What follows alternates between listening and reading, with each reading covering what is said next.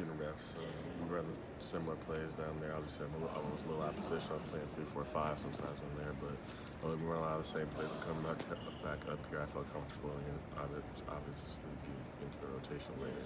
What's the biggest thing you've gained from this post-All-Star break time with spending consistent minutes in the rotation? There's little things about the actual NBA game. Guard certain players, how to guard certain players, the speed of the game. There's a lot of mental things.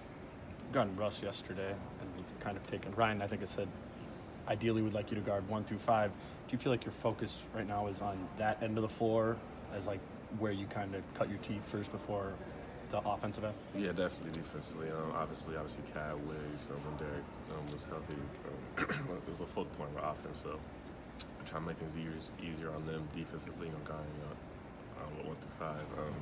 I haven't heard that until just now, but obviously that's where I think I'm gonna make my mark. And then is it offensively? I guess it makes sense that you would be spotting up around those guys, but it seems like it's been a lot more cutting off of that. Do you see yourself more as a cutter or a spot up? A little bit of both, just reading on the defense. Obviously, Cat draws double teams almost every game, so that causes somebody to cut, someone has to rise out of the corner. So that's both spotting up and cutting. But it does seem like there's been more of the cutting. Is that because of just where you're at or who you are, like, in your skill set? There's definitely part of my skill set. Obviously, when the guy turns his head, I just cut automatically, whether it's up or out toward the basket. It's mostly just reading. What's the adjustment like going from being the guy in your college team, Big Ten Player of the Year, focal point of the offense, to really being somebody who focuses more, I guess, on the defensive end as soon as you get to the NBA? It really was not big of an adjustment because I was not always the guy at Ohio State. I was mostly just last year for the most part. Other than that, I had to fill different roles defensively, spotting up, cutting out. That's kind of how I know how to do all that stuff now. I was going to say, how much then does that early experience at Ohio State, did that kind of pay off in this transition, make it a little smoother? Yeah, definitely. I didn't think it would pay off like it has, but it definitely has. Obviously, I played with D'Angelo my first year, and he was a great passer, so I caught him a lot. So, guys could pass around the post for kind of the same kind of thing.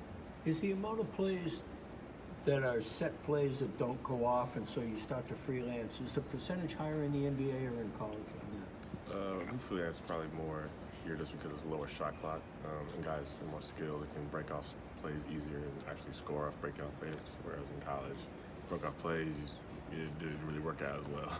Right, so is your decisions on cut and spot up a lot of times more spontaneous than it was in college? Yeah, definitely. The guards are so skilled and talented here that can make the passes falling out of bounds, whipping it through multiple guys. So Derek and Jeff were great at that. Ty's great at that too. So it definitely pays off more here. Biggest area of growth for you think, as you head into the summer? Working my body a little bit more, get a little stronger, finally able to guard 1 through 5. Obviously, more physical 4s and 5s, and then work on foot speed guard 1 and 2s. Did that change from when Tibbs was the coach to Ryan? I think back to summer league, like you were guarding, it was like a meal, and you were like guarding 5s at times. Yeah. And now, yesterday you're guarding Russell Westbrook. Is that your progression, or is that different kind of coaching philosophies? I think it's just progression. We switch a lot more with Ryan. It's like 1 through 4, especially with the second group that I play with more. We switch a lot, so we all have to guard multiple positions. I think I'm better at guarding. I can guard multiple positions. What do you think your workouts will be most productive in terms of preparing for next season this summer? If it where? In what areas? Consistent shooting. Obviously, my shooting's gotten a little better as the season progresses, but definitely shooting 3-point. That's like the lead now, so being able to shoot's huge. Pretty happy with the way you've settled in? Like, I'm sure there's some frustrations and things that come with kind of the bouncing up and down early in the year, and that's probably hard. Pretty happy with the way the things of the year has kind of turned out and just kind of the way you're able to kind of settle in here lately? Yeah, definitely. Bouncing back and forth was a little difficult, but a lot of rookies do that. So I wasn't like mad about that or anything, but it's definitely progression. And obviously toward the end of the season, I've been playing and I've been kind of fitting in, and I've kind of enjoyed it. Where's your confidence level at as far as what you can do up here? Well, my confidence level is pretty high right now, and we've scratched out a few wins here and there, which helps out your confidence, being able to play and win and play meaningful games and actually contribute to the winning aspect. It's big for me. Thanks, guys.